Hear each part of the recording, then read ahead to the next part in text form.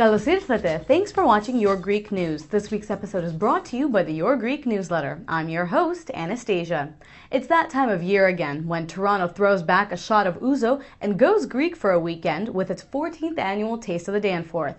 Last year, we brought you the sights and sounds from the festival, and this year, Your Greek News was the media sponsor at the first Greek Food and Wine Pavilion. Every August, right when the summer gets sweltering hot, Toronto closes off the Danforth from Broadview to Dewhurst to celebrate everything Greek at its annual Taste of the Danforth Street Festival. Attendees come year after year to experience Greek music, dancing, shopping, and of course, the food. The event featured cooking demonstrations by celebrity chefs, and we even spotted some vendors falling into friendly competition with their neighbors to see who could sell the most souvlakias, panakopitas, or in this case, gyros. The festival shook things up this year with some new adventures, like a chance to climb Mount Olympus or go ice skating with your shorts on. The event also showcased its first food and wine pavilion, where organizers aimed to raise awareness of the fine wines that Greece had to offer. Local distributors like Dinos Vinos, the Kolonaki Group, and Praxis brands lured curious attendees in for a taste with wines from Sandali, Rapsani, Kyriani, and Papaioannou. So people have been flocking to this wine lounge, keeping it pretty packed for the whole day, but the real action is happening under the wine tent there, where Doris is leading her food and wine pairings to a pretty full house. The next wine we're going to taste is an agrogitico from Nemea. It actually has a limestone basin, so you're going to taste some minerality. You understand when people say you'll taste the minerality. So this is the earth that the grapes are grown in. What's very interesting is you'll only taste this from Greece. We do not grow these grapes in Canada or America or in France. They don't survive the winters. So it's very special to have this glass of wine here. We're going to give it a swirl, and you can look at the tears that are running down the side of the glass. That is the weight of the wine. This wine is indicating that it is a big wine. It's a wine that can stand up to barbecued meats, to grilled meats, to oily fish like a salmon or like a cod. So we're going to put this in our mouth and give it a taste.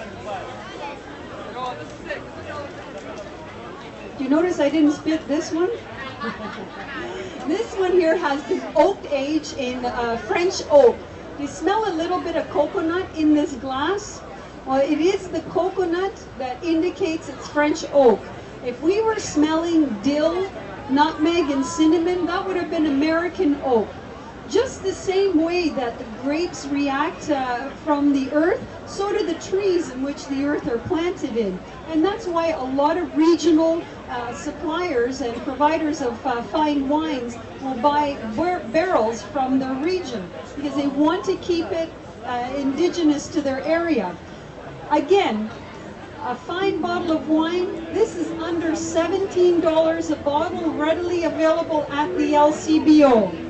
Doris Michelin-Bradley, the chef and sommelier who led the food and wine pairings, described the crowd's reactions with one word. Unbelievable. People don't realize that Greece grows grapes. They're more into the saganaki and souvlakis, but truly, I can't believe the reaction that we're getting. Because I can tell you, I meet all types of cultures here. I have people from the Far East that can't believe how amazing these wines are, and they're thinking of bringing them back for their culture. Although most people are familiar with European wines, many hadn't tried Greek wines before this event. I haven't.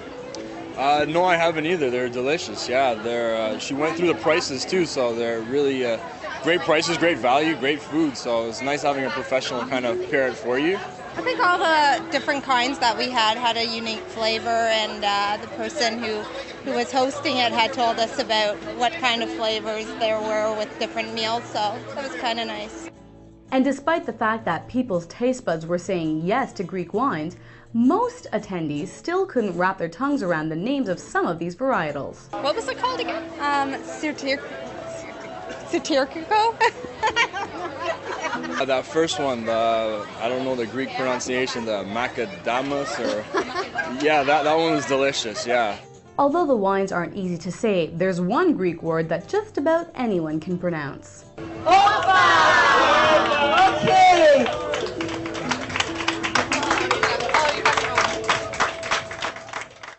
For more information on where you can get a hold of these wines, check out the links below if you're watching this on yourgreeknews.com.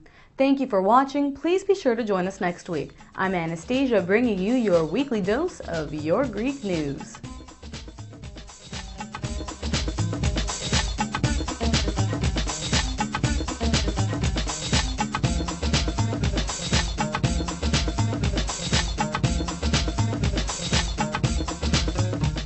Your Greek News is pleased to announce the Your Greek newsletter. Now you can get your weekly dose of Your Greek News directly to your mailbox, where you can preview weekly featured stories on yourgreeknews.com and upcoming events in Greek communities around the world.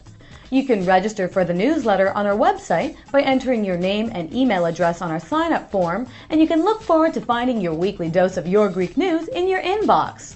Go to yourgreeknews.com to sign up now.